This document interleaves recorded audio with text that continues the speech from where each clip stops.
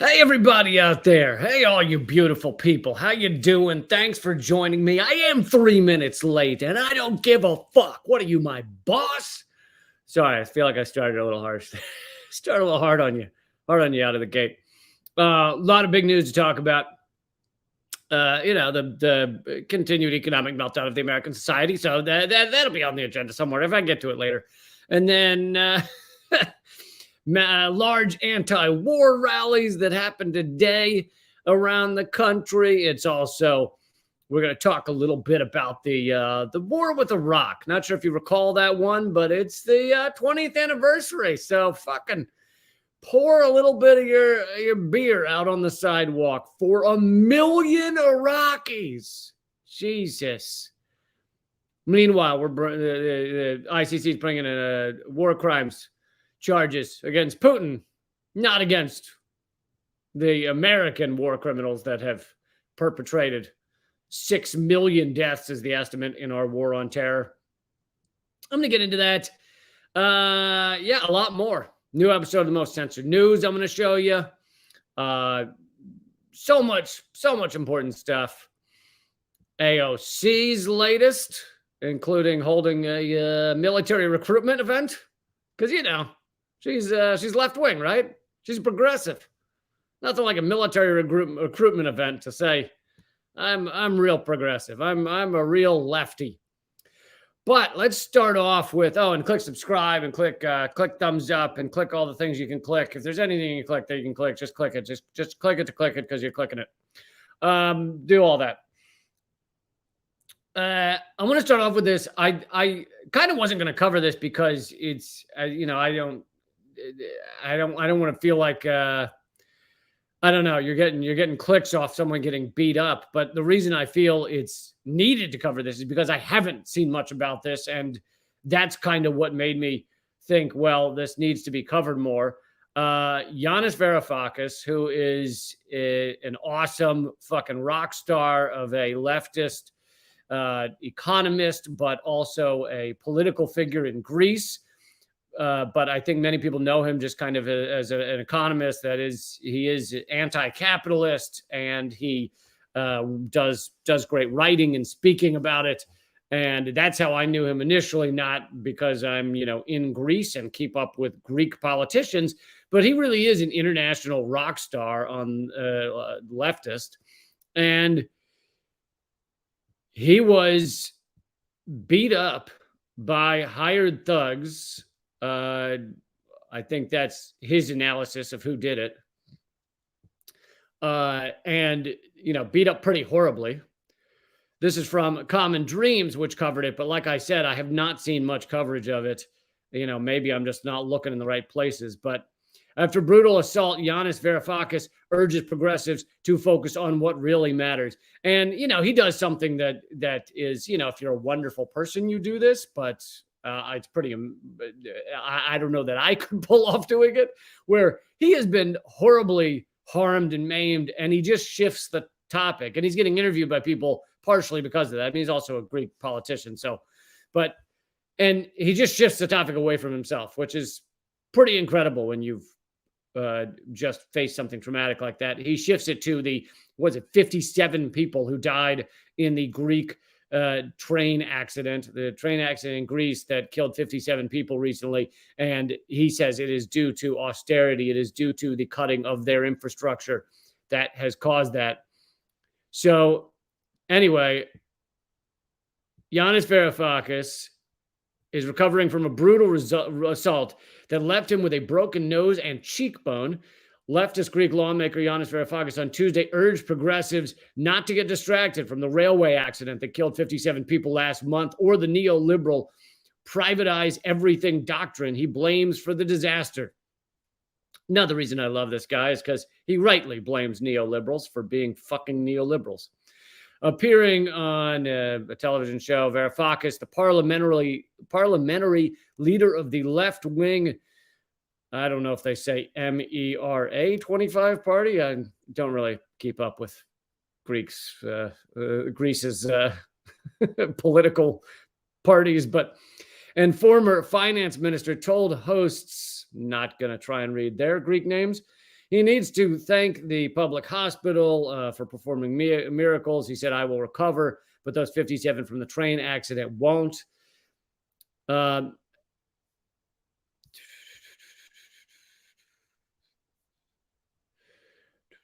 I'm trying to find the part where he was attacked Friday evening outside a restaurant in the Athens neighborhood of Exarchia. According to Democracy in Europe movement, which Varoufakis co-founded, the leftist lawmaker was at the restaurant with members of the movement from around Europe. A small group of thugs stormed the place, shouting aggressively, falsely accusing him of signing off on Greece's bailouts with the Troika. Varoufakis stood up to talk to them, but they immediately responded with violence, savagely beating him while filming the scene. During his appearance, Varoufakis said that after he left the eatery, one of his assailants was pushing me and hitting me, and I said to him, I'm trying to respect you, to listen to what you want, and you're hitting me. When asked why he did not have the police or a security escort, Varoufakis said police make him feel imprisoned, but that things will probably change now due to my wife's demand. But anyway, I also think this was important to cover because this is what happens in a lot of countries to those who actually are left-wing, not the bullshit, because the Democrats in our country are not fucking left-wing, okay? Don't pretend they're left-wing. Don't call them left-wing. The Democrats in the federal government, and many of them across the country, but in the government, are not left-wing by any means. They are right-wing, and on certain issues, they may be a little bit left of the far right, but on other issues, they're more right than the far right, such as issues of certain wars. The Democrats have fought more for a continued proxy war in Ukraine than many on the right wing in the United States. But anyway, my point was, don't stand up for them and call them or don't call them left wing. They're not fucking left wing.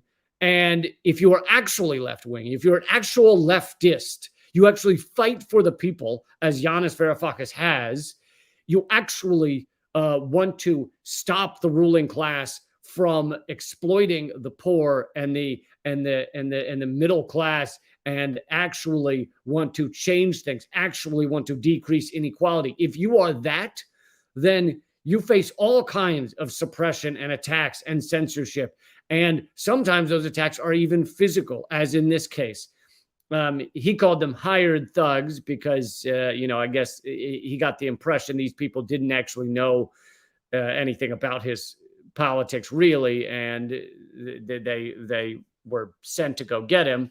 But whether they were hired or not hired doesn't really matter. The point is, fascism behaves like this.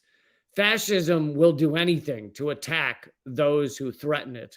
And sometimes, I can't remember who I heard this quote from, but it struck me as kind of true, that many people who are slowly joining fascist movements in America and elsewhere, it's because fascism, in a certain sense, if you're of a certain type of person, fascism is fun. If you're in the in-group, right? It's fun to say, ha, ha, ha, those people are losers. Those people don't deserve to exist. If you're gay, if you're a woman, whatever, they're not real people. I'm the real people. And so if you're that sociopathic, meaning you don't have empathy for others, then it's kind of fun. It's fun to be a fascist. And you see it now. You see it now in the United States with anti-trans movements. You see it now with, you could call them anti-woman movements, but women hating of various kinds throughout the nation. You see it now with the hatred of immigrants, hatred of refugees.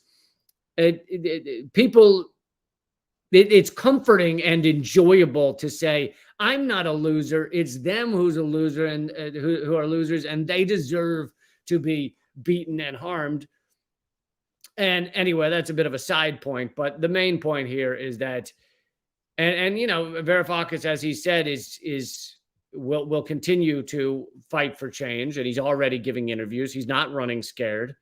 And in many countries, people are killed. I in many ways am lucky as the most censored comedian in America. with most of my stuff gone or censored, and the videos that you're seeing, like this one, are seen by a tiny, tiny, tiny, tiny, tiny fraction of what my followers used to be. But that is nothing compared to those who are imprisoned, like Julian Assange, those who are murdered, killed around the world, like so many journalists and environmental fighters. And Colombia is one of the worst countries where so many environmental fighters have been killed. But of course, you have environmental fighters being killed in the United States. Just look at Tortuguita down at Cobb City, killed for trying to defend a forest, unarmed and killed while trying to defend a forest. So it happens here too. And, this is just another example of what people face if they are going to stand up publicly against the ruling class fascism. I hope Yanis Varoufakis, obviously, I hope he is able to protect himself and not have this ever happen again. But I also hope he continues fighting, which it clearly seems he will. And again, sorry, I've said it again 13 times, I think. But again, to say again, if I'd like, again, if I could say one thing again, I'm going to say again that I think again is something that it should happen again. Again, I think, the reason I believe this story was something that needed to be covered was not because I just wanted to get clicks over the horrible beating of a leftist. It's because I didn't see it being talked about enough. And I think that for those of us who are leftists and are fighting for a better world in which there is equality, people should know. People should know what we're up against, but it also goes to show that you're having an impact. Like, when you're not having an impact, you aren't suppressed. When you're not having an impact, you aren't you aren't attacked. And so the fact that he's facing this shows that he is having an impact. And many are. And then, of course, I didn't even get into, in terms of leftists, I didn't even get into those, especially in Latin America, but other countries as well, who have been assassinated for being leftists or socialists. There's plenty, Salvador Allende and many others who have been couped and assassinated. Sometimes it's a lawfare coup, like Lula, put into prison. But yeah, and then there's Julian Assange, who I don't even think would ever call himself a leftist, but is simply a pure seeker of truth and wanted to reveal the reality to everyone. And for that, he has been tortured for 10 years. This is what we face. Meanwhile, if you're just kind of a belligerent right-wing neo-fascist kind of figure like Trump, you can be president. You can be a fascist president in the United States. You can be a lot of things if you're just a fucking horrific right winger. Okay, but I want to move on to something great that happened today. This is the anti-war rally put together. I think this is a good date to do it on because it's essentially the 20th anniversary of the invasion of Iraq, the invasion and destruction of Iraq. And I wanted to show this thread. One of the main organizations putting together this anti-war rally, it was in DC, but it was in other cities as well, but mainly DC. One of the main organizations was Answer Coalition, and they have a great thread here on what it was like, what went down. I want to show you some of it. This starts off with Eugene Puryear speaking at to the camera, and he, of course, has done amazing things, but he also is the host of Breakthrough News. You might know them. Anyway, here's Eugene. This march is happening today on March 18th, 20th anniversary of the Iraq War, to say fund people's needs, not the war machine. Whether we're talking about the NATO proxy war in Ukraine, whether we're talking about the sanctions suffocating places all around the world, whether we're talking about the drone wars being waged on Africa, the nuclear chicken being played in China, this military-industrial complex is out of control, and all it is about is a handful of ruling elites in the United States who want to make the rules and force everyone else in the world to follow war. So we're here to say no to that, to say no to this war machine, and to say that whether we're talking about the water in Jackson, Mississippi, the water in Flint, Michigan, the need for more, for bridges, for schools, for hospitals, for healthcare and education, all of that is being totally lost with this war machine sucking down every little bit of resources. Is there anything you'd like to add? The only thing I'd like to add is I hope people will go to answercoalition.org and join this movement, because we need everyone who's standing up against every form of injustice out there to be with us against this war machine. There you go. There's Eugene speaking at the rally. You can see behind him Medea Benjamin from Code Pink. But let's see what else they had to say here. This military industrial complex is out of control. This is a quote from Eugene that you just saw. We're here to talk about the water in Jackson, Missouri, and Flint, Michigan, the need for healthcare, education. All of that is being lost with this war machine sucking every bit of resources. And in fact, there's elevated lead beyond what is considered safe in roughly 2,000 cities around the United States. And his point is we ignore all of that so that we can have a proxy war in Ukraine. Here's another Answer Coalition tweet. Remember Iraq, no more wars based on lies. On the 20th anniversary of the criminal U.S. invasion of Iraq, we marched in D.C. to demand peace in Ukraine and say no to the U.S. war drive, no to endless war, and no to austerity. The corporate media has decided, this is a quote from Brian Becker, so actually I'll just play it rather than quote it here. ABC, corporate media has decided to boycott the American people when they speak up against the war machine. CNN, NBC, ABC, all the corporate networks are just echo chambers for the Pentagon, nothing else.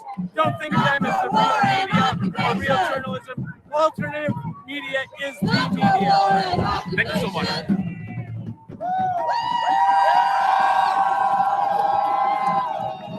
Corporate media has decided.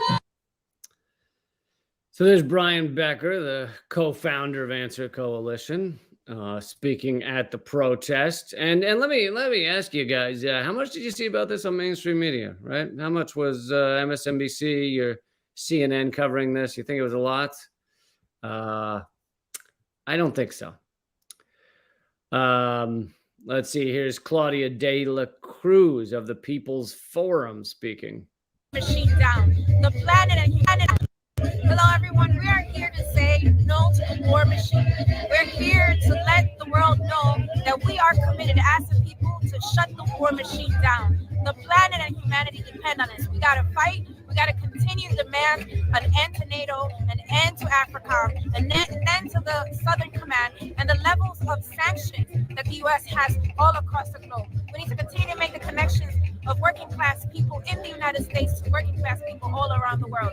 So we're here making those demands. We're also recommitting ourselves to lift up the anti-war movement once again. Hello, everyone. We are here to say.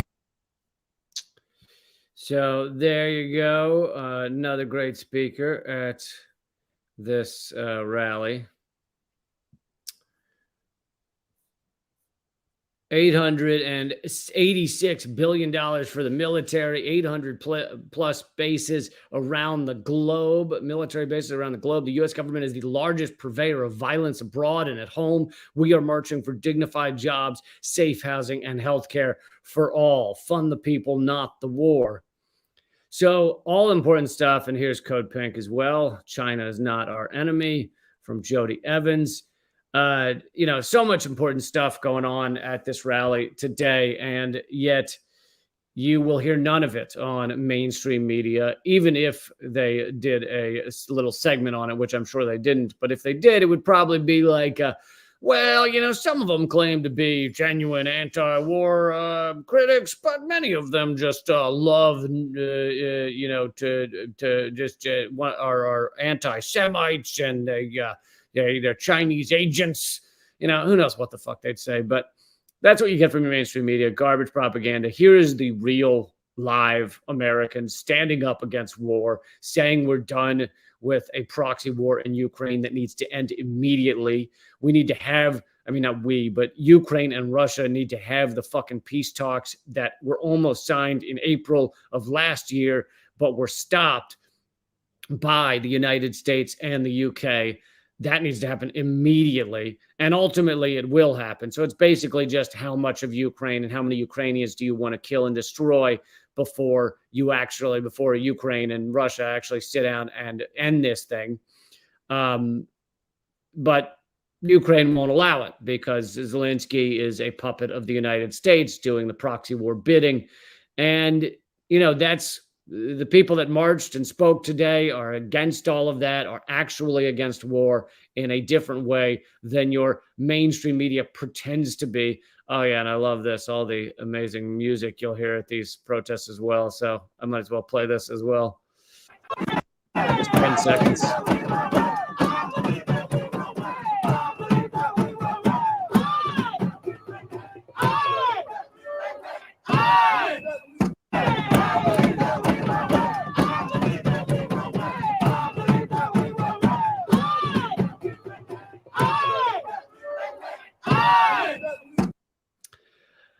And no to, one of the signs said no to NATO, yes to peace, which is another important aspect of this. NATO is not a peace organization. They are a military and war organization. They create war. They create death. They create destruction.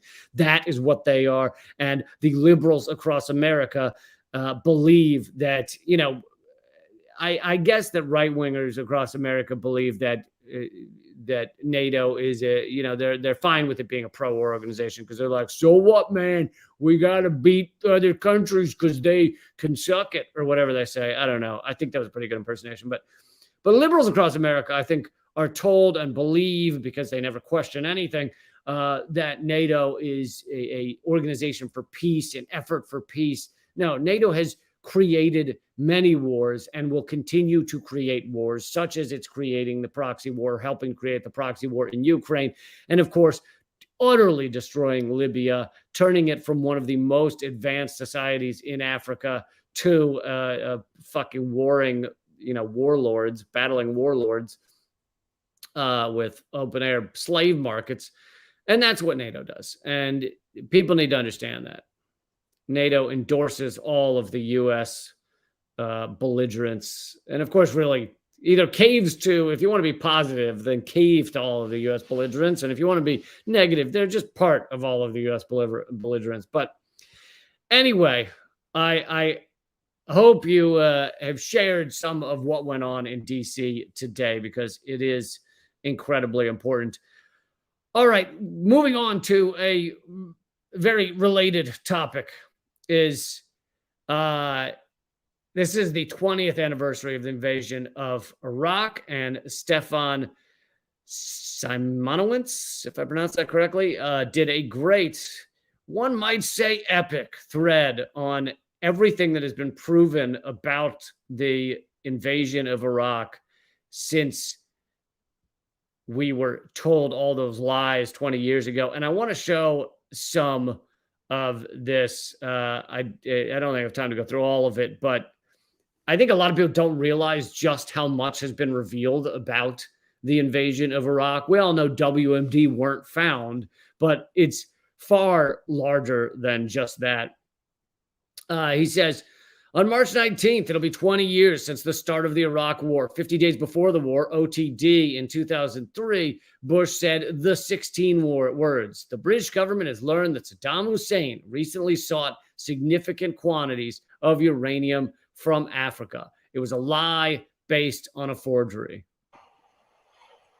The British government has learned that Saddam Hussein recently sought significant quantities of uranium from Africa. Our intelligence sources tell us that he has attempted to purchase high-strength aluminum tubes suitable for nuclear weapons production. Saddam Hussein has not credibly explained these activities. He clearly has much to hide.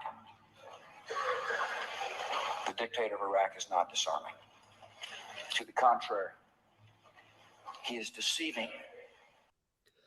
And of course, this is the thing where the United States accuses others of doing what they're doing. I mean, Bush is blatantly lying. All of them are blatantly lying, and they accuse others of lying. So, to cover their own tracks, but also in this case to justify an invasion. And we also know from General Wesley Clark revealing, even though he is a standard Democrat, and he actually was the supreme NATO allied commander at one point. So this is no leftist. This is no commie pinko.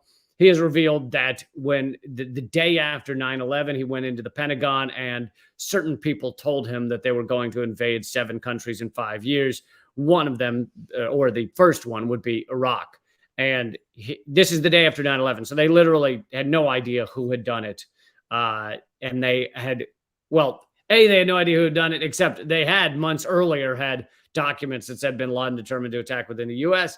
And they were saying, okay, now that that's happened, we're immediately invading Iraq. And Wesley Clark, despite being a general, despite being a military guy, and despite being all for America, he said, wait a second, what's Iraq got to do with this? Well, nothing, but they wanted to invade Iraq.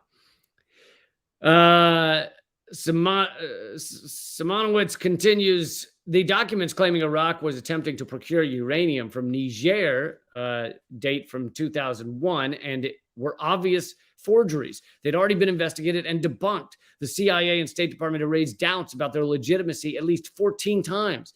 The International Atomic Energy Agency judged them to be forged. On this date in 2003, a day after his State of the Union speech, Bush met Blair and told him he intended to invade Iraq, even if UN inspectors found no evidence of WMD and it considered flying U-2 reconnaissance planes over Iraq painted in UN colors to tempt Iraqi forces to fire on them. So this is a Blair-Bush deal before the Iraq War, basically to invade Iraq, whether anything was found or not. The Bush-Blair memo is a secret memo in their 2-hour meeting in Washington exactly 20 years ago. It showed that Bush and Blair made a secret deal to invade Iraq, regardless of whether WMD were discovered. But Bush and Blair had been plotting the invasion of Iraq for at least a year before the Iraq War. In the 3/28/02, this guy's British, and for some odd reason, he puts the days first on the date. I don't know what you're doing. The 3/28 memo from Colin Powell to Bush, he writes that Blair will be with us should military operations be necessary. The UK will follow our lead, which, by the way, the UK has always bent over in every which way for the United States. So that's no big surprise. A memo from Blair to Bush on October 11, 2001 reveals they were openly discussing toppling Saddam Hussein just a month after 9/11. We need to deal with Saddam, Blair writes. I am sure we can devise a strategy for Saddam deliverable at a later date. This is long before they had any connection to Iraq has weapons of mass destruction and they're going to get us. And this was before they'd even done all that propaganda shit. And still the UK and US are saying this. And, I've discussed this before. I think the other hidden side of this that people don't seem to realize is why did Iraq have to be destroyed and turned into a failed state? Well, the real reason was not the oil because, the U.S. has a lot of oil and there's ways for the U.S. to steal oil without destroying an entire country. And at the end of the day, the U.S. didn't even steal that much oil from Iraq. Very little, actually. So what's the real reason? Well, the real reason is that Iraq dropped the petrodollar and Iraq was going outside of the U.S. central banking system and was threatening the OPEC system or threatening the petrodollar OPEC system that said that all oil is, sold and bought in dollars. And therefore, the US dollar is the global reserve currency, which also gives it power. So if you start chipping away at that, if countries start going outside of the petrodollar for oil, then all of a sudden it starts to break down, right? Other countries may say, yeah, this is a good idea. We don't like the United States either. We're going to sell and buy oil and other things. And of course, that's what's happening right now. It took years and years to happen. But now Russia, after having the sanctions, which the U.S. put on them, is now saying, we're going to sell sell our oil in rubles. So you've got to give us rubles, which has given a lot of strength to the ruble. The U.S. sanctions have kind of backfired in that way. And that's the real reason that Iraq had to be turned into a failed state. Same with Libya. Gaddafi was going outside of the central banking system. He was discussing switching to a gold dinar as the currency for all of Africa. And we see what happened to Gaddafi in Libya. So you see this again and again, that's the real reason. The U.S. has a lot of reasons to hate countries. I mean, we don't hate Cuba. Our ongoing economic war against Cuba isn't about the petrodollar. It's about other things. But the countries that we really fuck up, that we fucking rain bombs down on, it's usually connected to central banking and petrodollar. Those are the ones we really fuck the fuck up. Whereas the other ones, it's like Cuba, we're content with just kind of fucking making their lives miserable and having economic war against them. Because what we really hate about Cuba is just the threat of the good example. They give everybody health care, they give everybody employment, they give everybody free education and free housing. And, they have a socialist country. That doesn't mean all of it's perfect. I think that's a straw man that people use. They'll find something bad about Cuba and go, well, what about this? And it's like saying that all these things are positive in Cuba does not mean that everything is perfect in Cuba. Anyway, here is a continued quote from Blair to Bush. God, this sounds like some fucking. It sounds like some Hugh Grant rom-com line, like where they're like at the end, "You had me at hello" or whatever. I realize that one's not Hugh Grant, but literally Blair said to Bush, quote, "I will be with you, whatever." Like whatever may come. Does that not sound like a bad romantic song? I'll be with you, whatever may come. I'm with you, good sir. The quote then continues, "Getting rid of Saddam is the right thing to do. In removing him, do you need a coalition? The U.S. could do it alone with UK support." So here's a quote from Rumsfeld. "Iraq poses a serious and mounting threat to our country." Yeah, right. In 2002, he said, "We know they have WMDs." Well, they used to have WMDs because we sold them to them. We gave them WMDs, but they no longer, in 2002, they no longer had WMDs. And he said, quote, "We know they have WMDs. We know they have active programs. There isn't any debate about it." Yeah, there's plenty of debate about it because you're fucking lying. The U.S. and British were lying us into war. And so here's the famous Colin Powell speech. Actually, I'll go ahead and play part of it out loud. The gravity of this moment is matched by the gravity of the threat that Iraq's weapons of mass destruction pose to the world. Let me now turn to those deadly weapons programs and describe why they are real and present dangers to the region and to the world. This is evidence, not conjecture. This is true. This is all well documented. Less than a teaspoon of dry anthrax, a little bit about this amount. This is just about the amount of a teaspoon. Less than a teaspoonful of dry anthrax in an envelope shut down the United States Senate in the fall of 2001. Which had nothing to do with Iraq. We know that now, and they knew it then too. Nothing to do with Iraq. This forced several hundred people to undergo emergency medical treatment and killed 2 postal workers just from an amount just about this quantity. By the way, there's a documentary, I can't remember what it's called, on Netflix, which here's the aspect of that thing that he just mentioned that I didn't know until a few months ago. So as you'll recall, white powder was delivered to multiple places.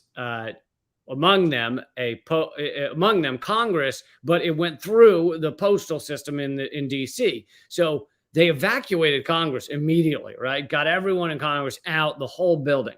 The postal area where the letters are, sorted and everything. They went in there and asked certain questions of people, looked for white powder and things like this, but kept it running, kept the postal facility running. And one or two of those postal employees, I believe, died.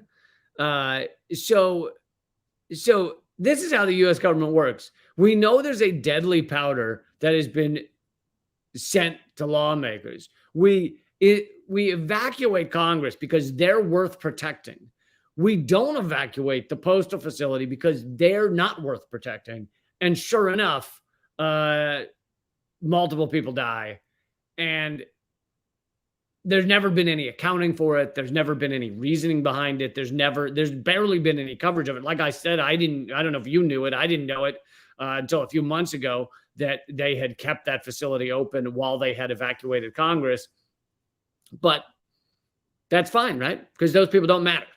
Postal employees don't matter. Idiot, sold off millionaires in Congress, that's who matter. Those are the people that really matter. We got to protect them. Those are important people. Whereas postal employees, who gives a fuck if a couple died? Not a big thing. It's disgusting. That was inside of an envelope. Iraq declared 8,500 liters of anthrax, but UNSCOM estimates that Saddam Hussein could have produced 25,000 liters if concentrated into this dry. Do you hear all the equivocation in everything he's saying? Saddam Hussein could have done this, but he didn't. If concentrated, but it wasn't because it didn't exist. Not only that, he's holding up a tube of that's not anthrax, so fake anthrax, like baking powder or something, that is not from Saddam Hussein. He's never, even as he's holding it up, he didn't claim that it was from Iraq because it wasn't, because it's not even real anthrax. On top of that, they showed that fucking mobile lab unit display at this same speech that he gave, which was called the home run speech, right? This was the Colin Powell did it, and now we can invade Iraq. The images they showed of the mobile labs, if you'll recall, you can Google it right now, they're not images, right? They're drawings. They're like a computerized mock-up of a mobile lab. Why is that? Because the mobile labs didn't fucking exist. So the U.S. government and Colin Powell and his stooges had to create cartoons of the mobile labs that don't exist. They might as well have written Acme on the side of it. It's not a fucking real thing. And so he's held up, it's like him holding up a crayon drawing and saying, here are the mobile labs that Saddam Hussein has. On top of that, they showed footage at this same speech. They showed footage of a jet spraying some sort of aerosol out of it. And they claimed that the jet was, dropping chemical weapons, but they didn't reveal, which is, investigators have looked into it and it's been proven that they didn't reveal that video was from like the early to mid 90s. It had no connection to reality in the 2000s, but they played the video as if it was currently happening, as if Saddam Hussein was spraying chemical weapons. Anyway, this is the bullshit that they put forward. Many of you knew at least some of that. And by the way, Colin Powell apparently resisted. I don't know whether this is true or whether this is just the myth Colin Powell wanted to put forward afterwards. By the way, Colin Powell was a fucking awful human being and a dick throughout his entire career. Like, in Vietnam, he helped cover up American atrocities. Like, go read about Colin Powell. So it's not like he was some good guy who he put forward the myth. I know he's dead now, but he put forward the myth that he fought against all of this, and maybe he did fight against some of it. I don't know, but that he didn't really want to give that speech. And he said, quote, I'm not reading this. This is bullshit. And he changed a bunch of lines. But even so, even if that is true, he still did it. He still fucking did it. He committed war crimes and gave a big fucking speech to justify war crimes. After reading the draft of Powell's speech, a senior CIA agent expressed doubts about the validity of the information based on Curveball. Curveball was the code name of an Iraqi defector who had falsely claimed that Iraq had biological weapons. The entire claim that Iraq had biological weapons program was based on a single unreliable source. Curveball was never interviewed by U.S., UK security services. UK and German intelligence expressed doubts about his claims. Oh, there it is. There's the cartoon. They just showed it. The cartoon of the, there it is, of the mobile weapons lab that does not exist. Why is that a drawing? I mean, like a computer mock-up rather than a photo? Because it's not a real thing. His ex-boss had told German intelligence he was lying. 20 years ago, Blair's spin doctor, Alistair Campbell, issued the dodgy dossier on Iraq's WMDs to journalists. Much of the dossier had been plagiarized from unattributed sources. Well, anyway, I could do this all day, so I should probably wrap this up. But in September, Campbell had published another sexed-up dossier claiming Iraq was able to deploy chemical weapons. Boy, utterly false dossiers that have tried to justify wars. Where have I heard that before? Yes, that's right. Was there a dossier connected to the DNC? The dossier in which they claimed that Donald Trump was, what was it? He was compromised by Russian prostitutes that were peeing on him or whatever the fuck. All bullshit. All bullshit. And the America does this again and again and again. And it's amazing that your average American believes any of this shit. I mean, after WMD in Iraq, after this utter horror show, which the number is not repeated enough, so I'm going to keep repeating it till I fucking die. 6 million. I mean, it's going to go higher, obviously, but for now, 6 million people have been killed in the wars on terror, the various wars, Iraq, Syria, Afghanistan, Libya. 6 million. 6 million. Just keep repeating it to yourself. 6 million people. And it's not talked about enough. It's not covered. And yet people still believe the garbage coming out of our mainstream media. All right. Well, again, like I said, I could go through this for days, but I should move it along. However, in kind of a similar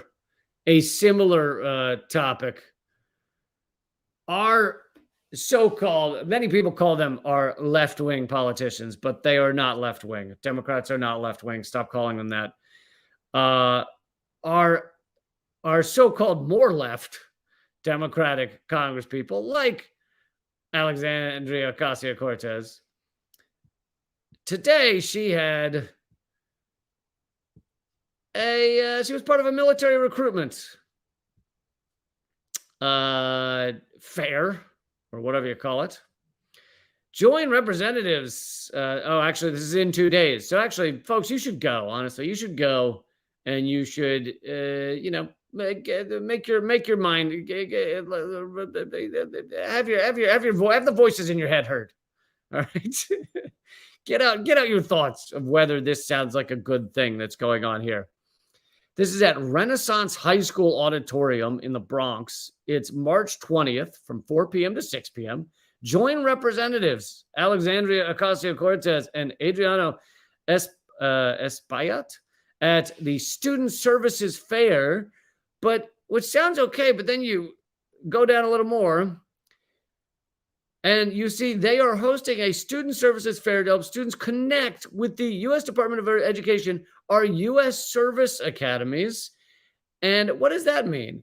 They will be joined by special guests from the U.S. Naval Academy, the U.S. Air Force Academy, the U.S. Military Academy, the U.S. Merchant Marine Academy, the U.S. Department of Education.